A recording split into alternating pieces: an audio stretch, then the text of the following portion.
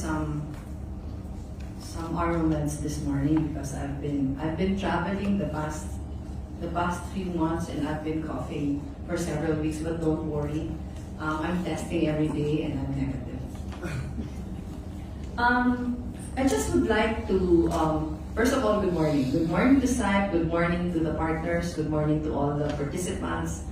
Thank you, Abdu, thank you, John, thank you, Kathy, and the rest of the Sabi family for bringing us to Bangkok to share what we have done so far as the fight against disinformation is concerned. I'm with Board Member Jason Gonzalez of the province of Iloilo this morning. Board Member Jason has been on top of our efforts to fight disinformation. I'm also with Rafi Magno, who is Executive Director of Angat Pinas Incorporated, which is the NGO which carries our Angat Buhay program. I'm also with Attorney Stella Esquivias, who is Corporate Secretary of Angat Pinas Incorporated. So the four of us are very happy to be with you this morning. But just to give you context of what I will be discussing with you, this is actually, I'm no expert as far as disinformation is concerned. So I'm talking from the lens of somebody who has been at the receiving end of a lot of attacks the last 6 years. But after my term expired, we have been doing everything we can to fight smartly all that has been happening as far as the invasion of the digital space is concerned. So that's the fight that Board Member Jason is on top of. So what I will be discussing with you today is actually a collective effort of many people who has been working with us, who has been gathering information for us to be able to fight it in the manner that we should. We do not want to fight and fight in the wrong way, because we might just contribute to the polarization that is already there. So recently I was in a conversation about farming. So of all things farming. And a very interesting concept came up.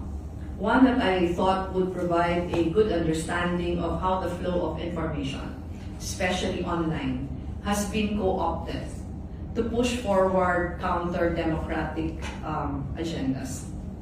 So I share this concept in the form of a question. What is the difference between conventional and organic farming? So maybe at the back of your minds, what has farming got to do with disinformation? But there are, of course, possible responses, and I am sure that those of you who dabble in agriculture will have an answer. So there is one difference that provides a particularly appropriate metaphor for our discussions today. So while conventional farming is concerned primarily with the plant, the organic farmer is concerned with the soil. Next slide, please. I would like to anchor our discussions today on this very analogy. Our challenges with number one, the spread of online lies. Number two, the dismantling of structures of meaningful discourse. And number three, the erosion of democracies all over the world, which are much more of the problem of the soil than of its plant, than it is of the plant. The architects of such a situation did not set out merely to disperse false narratives, because they knew that for such narratives to take root, the soil itself has to become toxic. They had to alter entire cultures and belief systems. And in doing so, the plant itself, the stories we tell ourselves and each other, the information we share, can become as toxic as the ground upon which they are planted. Next slide. So today, I will attempt to discuss the phenomenon along two lines of inquiry. First, what happened and why and how. In gaining an understanding of the mechanisms that brought us to the current situation, we might find the clarity necessary to answer the second question. And the second question is, what can be done? Meaning, what strategies might we adopt? How might we modify our approach so that we may truly arrive at a long-term solution? And that's what we are after here. One that can detoxify the soil and establish a healthier public discourse. In short, how to build a disinformation resilient culture. Next slide. To answer the first question of how our current situation came to be, we need to look no further than the story of the Philippines over the past several years. In their groundbreaking study called Architects of Disinformation, Behind the Scenes of Troll Accounts and Fake News in the Philippines, Professor Jonathan Ong and his colleagues unmasked an entire industry that has exploited the online space to push forward political agendas. Number one, advertising and PR executives who engage political actors. Number two, mid-level operators who execute strategies and distill them into central messages. And number three, rank and file army of trolls with several fake accounts, this much we already know, who apply their creative energies to distributing these messages across the online space. It is these trolls that have infiltrated communities, pages, and groups in the Philippines. What are they doing? They seed memes and messages. Number two, they reshare talking points from so-called influencers. Number three, they tap on reactions. These are the likes and the hearts and everything else. And number four, commenting on each other, sometimes with copy-pasted texts, driving up engagements and thus the virality of specific online content. I'm sure you have seen this when you use social media. But the study says they are organized, they have set strategies and objectives, and they are well-funded, very well-funded. They have shattered social media as a space for political discourse in the Philippines. Next slide. And they are not yet done. In another recently released study, this was released when I was in Harvard, and I was made one of the reactors of the presentation of the second study. Professor Ong and his co-authors identified worrying trends. The intensity, the volume, and the sophistication of these architects have reached unprecedented heights. Professor Ong and his colleagues introduced a broader term for this phenomenon, and the term is influence operations, emphasizing its expansion from merely seeding and spreading lies to constructing an entire ecosystem that can manipulate perceptions and even values and belief systems. They mobilize an entire cast of characters to achieve their goals. And these are examples of the characters identified by Professor Ong and his colleagues, which the influence operations have mobilized. Number one, the knowledge influencer. And the knowledge influencer is often credentialed or at least recognized as an expert and who affirms biases rather than invites critical reflection. We have a number of this in the Philippines. Number two, the satirist, often in a position of access and power, who delivers coded attacks that can transcend fact checks. So because it's satire, it transcends fact checks.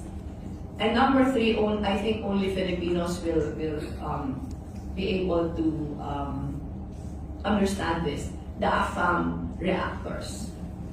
AFAM is a term for attractive foreigners in the Philippines, but they are also being used to lighten up political issues, and they serve as a counterpoint to the often distressing responses that the attacks elicit.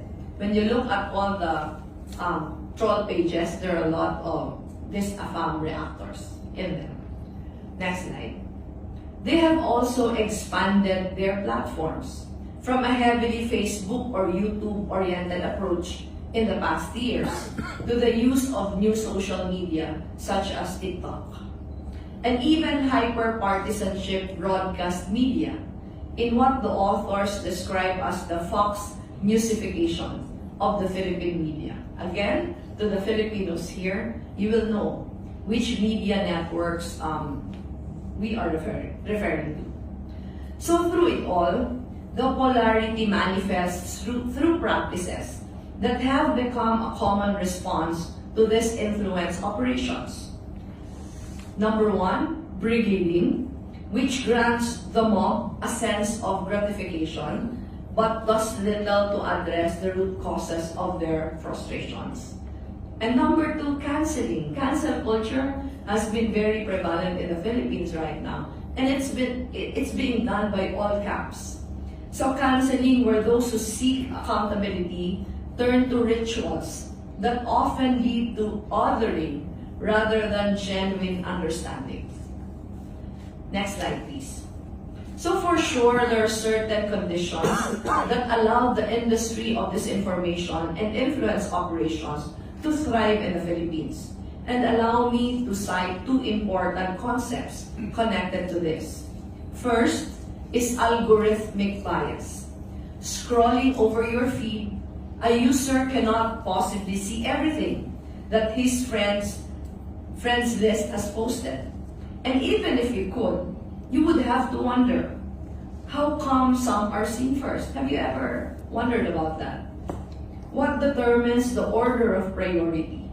Which posts are privileged and thus appear on top?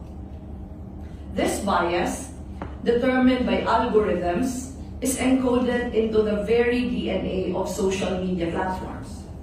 There are strong indications that there is a privilege accorded to posts that elicit explosive emotions, all the more to keep people glued to their screens. But in their defense, Facebook has said that this is not the case. But unless the process, the code itself that determines such privileging becomes offered for public scrutiny, there is no way to tell. Regardless of what this algorithmic bias is, the fact is that it exists, but that it has been gained by actors to serve political ends. I'm not sure if you read already about the two legislations passed in the EU, where there is exacting accountability to social media platforms, requiring them to be more transparent on their algorithms. So we are waiting with bated breath how they will be able to implement this groundbreaking legislations. So next slide. The second concept is called net neutrality. The idea that all data that traverses the internet should be treated the same. After all, they are just packets of zeros and ones. Enforcing net neutrality means that service providers should ensure that so long as you are connected to the internet, everything should be accessible for the same cost at the same speed. There is no net neutrality in the Philippines. For the Filipinos here, we all know that our telcos package games, messaging platforms, and most importantly, social media platforms into their plans and data promos. So you will see on the screen all the offers of our telcos. So Facebook, there is free Facebook, there is free everything, because this is a count-on of the telcos, so that they will get more subscribers compared to the other telcos. So this means that the everyday user can sign in for just a few pesos and enjoy, for example, Facebook for free. Free access to social media can seem like a nice deal, until one realizes that since Facebook is free and news sites like Google, and some other sites are not, then regulators have handed over a near monopoly on the flow of information to these platforms that have algorithmic bias and can be gamed. So this process ultimately crowds out legitimate media, and we have seen that in the Philippines, from the communication space. It grants the influencers and the trolls whose loyalties lie with the highest bidder, the same if not more latency than traditional sources of information. Trained journalists who subscribe to a certain code of ethics in their practice. There's none on social media. Volume becomes the name of the game. So everything is measured according to the number of likes or the number of reactions that each post gets, rather than truth or reliability. While net neutrality was cast aside without much resistance in the Philippines, the debate is much more intense elsewhere in the world. In 2018, for example, India adopted what some have called the strongest net neutrality norms in the world. This was a product of years-long struggle by advocates who successfully blocked telcos and tech giants such as Facebook and Google from offering free access to a limited number of websites, which would have allowed them to control the flow of information in one of the most populous countries in the world. Next slide. On top of all this, for the Philippines, the promise of democracy, inclusiveness and equality, progress and social mobility remains in the horizon. My country is hardly unique in this regard. Throughout our history, despite efforts from the ranks of reformists, from civil society, and the occasional leader who had both vision and compassion, political and economic power has been concentrated in the hands of the well-connected, well-off, well-educated few. And in a society where such a cleavage exists, frustrations with the system, with those who hold power, and whom one might consider elite, will likewise abound. These frustrations were intensified by design and weaponized by bad actors, who were able to build an entire apparatus of trolls and influencers who can game the biases of a profit-oriented social media ecosystem. Next slide, please. So as we unravel the mechanisms that corrupted online public discourse, one thing becomes clear. The lies and hate exist in a continuum. Our challenges go beyond the information that is being spread. It is also about the manner with which it is being spread and the emotions that it elicits among those who consume it. So polarities, and this is also part of the study conducted by Jonathan Ong and his colleagues. Polarities are not a mere byproduct, but a part of the grand design to heighten social tension and erode the very practice of social discourse. So when discussions of national importance cannot be had without degenerating it into us versus them matches, then the populist authoritarian can swoop in.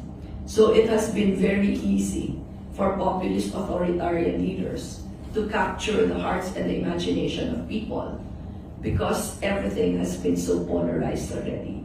They have stopped listening to each other. So next slide. It is from the wreckage of these conditions that we now ask ourselves, what can be done?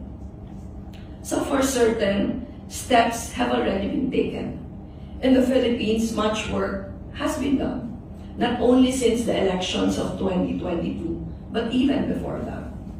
Led by media practitioners, some of them are here this morning, led by media practitioners, historians, the academe and civil society, media literacy initiatives have been underway in the Philippines for the past several years. Number one, there have been constant calls to support credible media, and SIPE has been very helpful in this regard. And connected to this, there has been a constant push towards educating information consumers on how to spot fake news and historical distortionism. And number three, there have been a lot of efforts to investigate and expose the apparatus that has co-opted the flow of information that have been so constant. So we all know Filipino Nobel laureate Maria Ressa. Maria Ressa and her colleagues at Rappler were among the very first of the many journalists who joined the multi-sectoral collaboration Facts First PH. For the Filipinos here, you might have heard of Facts First PH already. Months leading to the 2022 elections. Through this, civil society groups acted as a distribution channel for credible information, lending humanity, relatability, and connection to the facts being brought into public spaces. So you will see on the screen the flow of the collaboration leading to the 2022 elections, which was spearheaded by Facts First PH. So alongside, the academe churned out research after research, duly presented to the public, while lawyers and legal groups work together for strategic and tactical litigation to help protect journalists and academics. This is an effort that needs time to ripen and gain greater impact, but it is definitely a step in the right direction. Next slide. Last year, Maria Ressa also published a 10-point agenda to rally people to the cause. It contained a clear challenge to uphold net neutrality and make the marketplace of ideas more fair, so that information can be subjected to scrutiny and that the truth might come out on top. Maria Ressa, we all know, is herself a journalist, but parsing her points, we see an understanding that the work of counter-disinformation involves much more than truth-telling. While some of the points are rightfully about protecting the rights of journalists, she also challenges regulators and policymakers to shift mindsets, and in doing so, address root causes of disinformation. And among the more important points involved, number one, viewing disinformation as having an impact on human rights. And number two, protecting data privacy and banning the surveillance advertising, which tracks our activities online and uses disinformation to predict behavior and create hyper-targeted ads. We all know that this has been happening for a very long time. I hope I get to finish this with my voice there. So, next slide. Oh, that's the correct one. So, as I have pointed out, important steps have so far been taken. And one can only imagine how much worse things could have been had there not been any pushback from those who care about the truth. There is a palpable sense of people coming together, of people looking for and working towards solutions. But at the same time, one cannot deny that it seems that we are forever on the defensive. So have you felt that?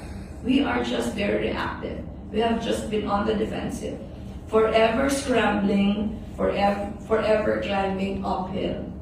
Such a feeling affirms the truth of a bigger challenge ahead. Because while all of the efforts so far are necessary, there is a need to accept the reality that there is a need to do more than safeguard our information spaces. The task is not merely to protect the truth, because at this point, majority of our people already believe the lies. So what is there to protect? People already bought into their narratives. So disinformation and influence operations is not merely a threat, it has arrived. And there is a case to be made that it has already won. Insofar as its goals are concerned, as Professor Ong and his colleagues conclude, the Philippines is now a nation split into camps and echo chambers. Again, the Filipinos will be able to relate. Sometimes split into colors. Segments of society exist with their own facts, with their own experts, their own narrative of Philippine history and society. An alternate reality has already been created, one which seems impenetrable and impervious to logic, where those who pull the strings can do no wrong.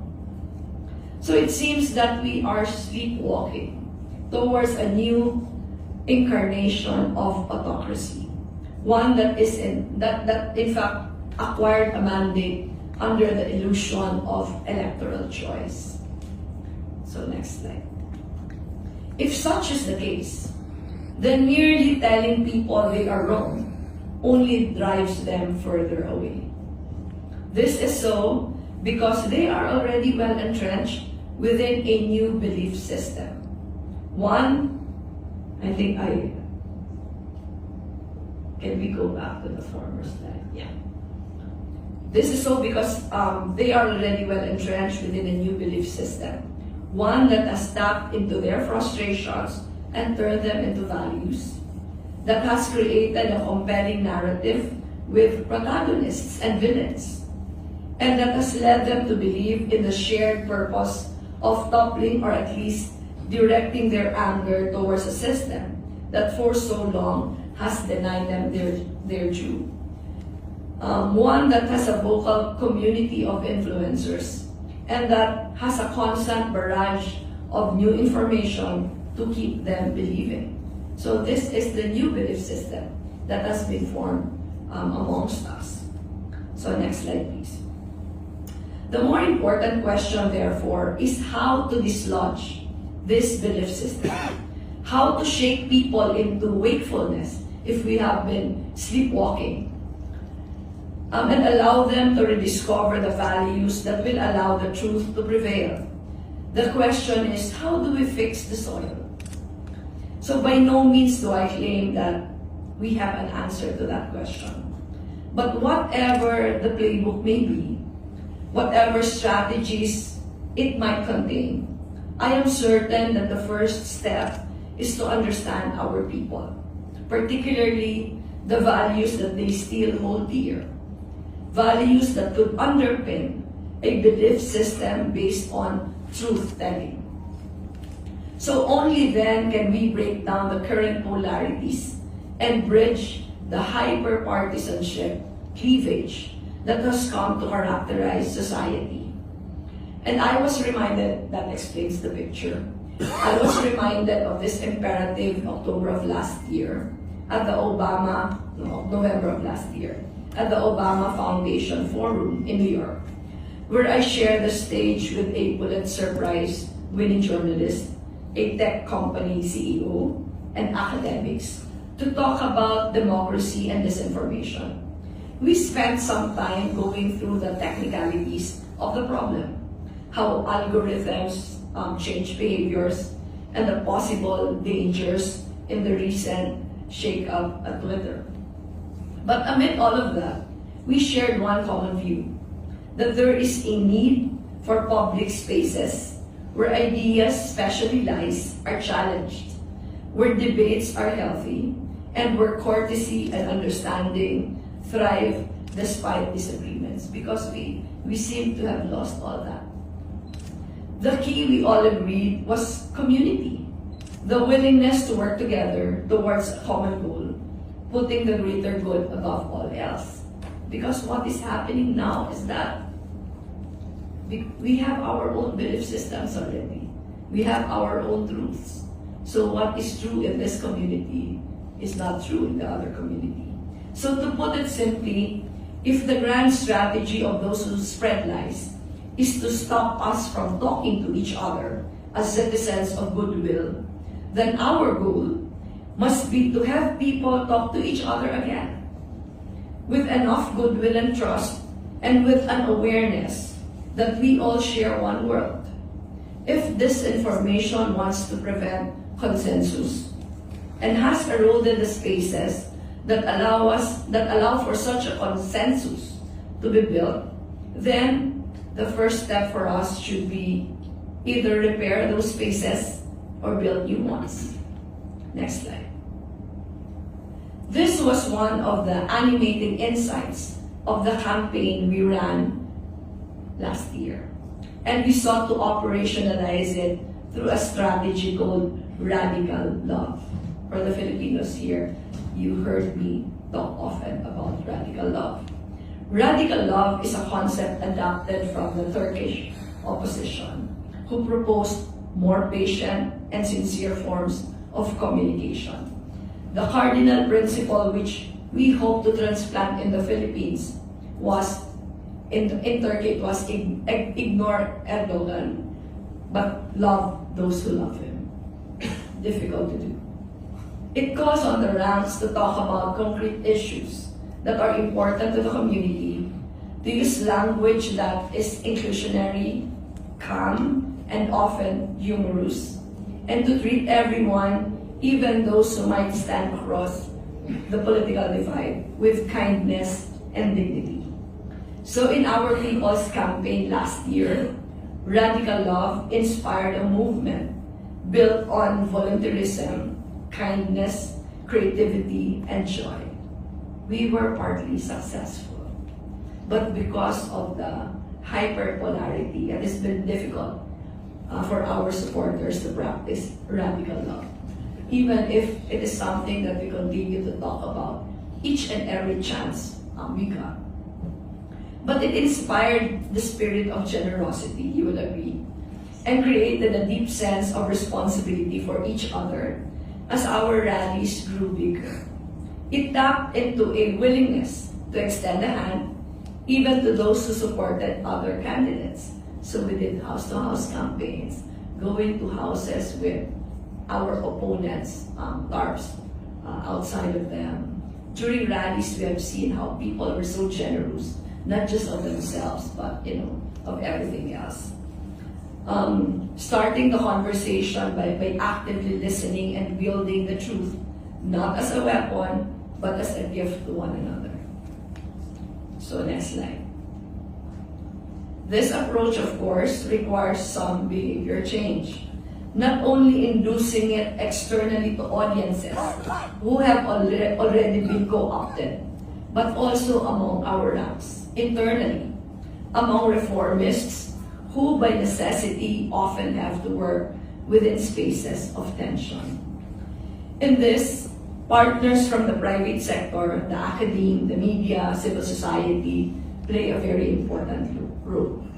We must explore and perhaps take it upon ourselves to recalibrate our rhetoric so that it foregrounds common hopes and interests. Which means that as we turn down the noise on fake news, we must also sharpen focus on new and compelling narratives that could find alignments among our values and those we wish to convince. This was where we failed miserably in the past. We were just defending, but we were not putting out narratives. We were not putting out positive narratives based on the basic values that Filipinos hold dear. If those who wield influence are successful in doing so, then perhaps the rest of our ranks will follow suit. So it is an aspiration. It is a hope that what we started during the campaign for radical love, will snowball, because the aspiration is that it will be the vehicle for which we might be able to push more positive narratives and fight the flow of disinformation. So next slide, please. So allow me to summarize the imperatives we have so far sketched out in response to our second line of inquiry. What can be done? And we are thick in that particular regard. I was telling you a while ago that board member Jason heads that particular group. We have so far brought to the same table representatives from the academe, representatives from the church, representatives from business and from civil society, hoping that we can all work together. So first, turn down the noise. stem the further spread of disinformation, protect our truths, and keep our ranks from being further thinned. This is done through, number one, continuing the media literacy and educational campaigns that have so far been run. Number two, increasing the awareness on the apparatus, on the entire architecture, on the puppet masters behind influence operations. Number three, revisiting the effects of social media advertising, particularly hyper-targeted ads on our rights. And number four, inducing policy reform, whether through applying pressure on the platforms themselves or lobbying government to enact policies that allow for the freer flow of information, such as those that concern net neutrality. Unfortunately, there are not a lot of bills on this yet filed before the Philippine Congress. We are hoping that legislations we started with the EU already, but legislations in the EU, in the US, and some other countries would already be passed so that our own Congress will follow suit. As many have pointed out, however, much of this is already well underway. I have discussed the initiatives that have been started before the campaign to truly find a sustainable solution to disrupt the continuum of lies and hate and to ultimately fix the soil, so to speak. We must sharpen our focus on what our people truly need to hear, and this is the pushing of narratives, reminding people of our values as a Filipino. So we must understand the values and belief systems of our people, understand their frustrations. This is very, very important, so that we may likewise craft new, more hopeful narratives based on the truth. Create more spaces where trust and goodwill may thrive, therefore dismantling the echo chambers built upon anger and divisiveness. And number four, recalibrate rhetoric so that it does not drive people further away from each other, but instead foregrounds our commonalities. This is the problem with just being on the defensive, because sometimes, most of the time, your actions do not really give long-term solutions to problems, but just drive people away. So, next slide. It will take much effort to transform these imperatives and philosophies into actual action plans.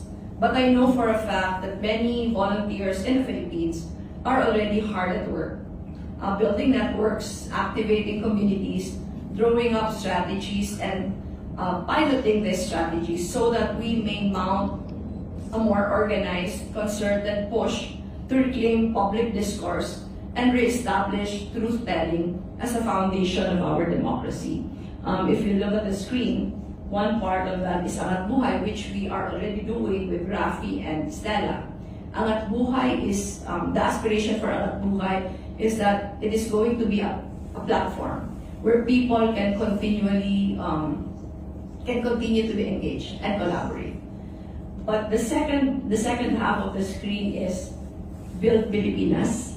This was actually a continuation of the Team Leni Robredo for the Filipinos here. If you're familiar with Team Leni Robredo, that's the team of volunteers we had during the campaign. We're starting to convert them not just into Angat Buhay implementers, but we're starting to convert them into volunteer groups actively fighting, not just disinformation, but all that has been happening as far as the communication space is concerned. So Build Pilipinas is headed by a board member, Jason, but it's actually a conglomeration of many different groups. And the main purpose is really reclaiming our public spaces and making people talk to each other again. So I think this is going to be the last slide. Second to the last slide or last slide. So it will take much effort to transform these imperatives and philosophies into, no, I'm done with it already. When I speak from my own experience in the Philippines, it has been pointed out many times before that that safeguarding information spaces is not merely a local concern. It is happening all over.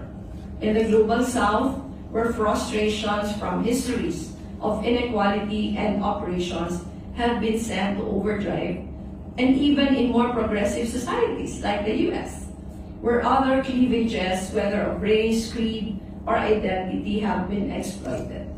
It is my hope that through discussions such as this, where people from different contexts, different countries come together, can move us towards a sustainable strategy to rebuild the structures for meaningful public discourse online. So after all, at the heart of the challenges in today's age of information is the creeping sentiment of being disanchored, being adrift, that perhaps too many things are happening and too much about our future is uncertain. So we must therefore take it upon ourselves, those of us who stand for democracy, for truth, for fairness and justice, to establish a sense of certainty over what is perhaps most important, most human truth of all, that none of us is ever alone. So thank you to Sabi for bringing everyone together. Hopefully the product of this discussion will lead us a step closer to our dream of finally come together and look for more long-term solutions in protecting and reclaiming back our communication spaces. Mabuhay po kayong lahat.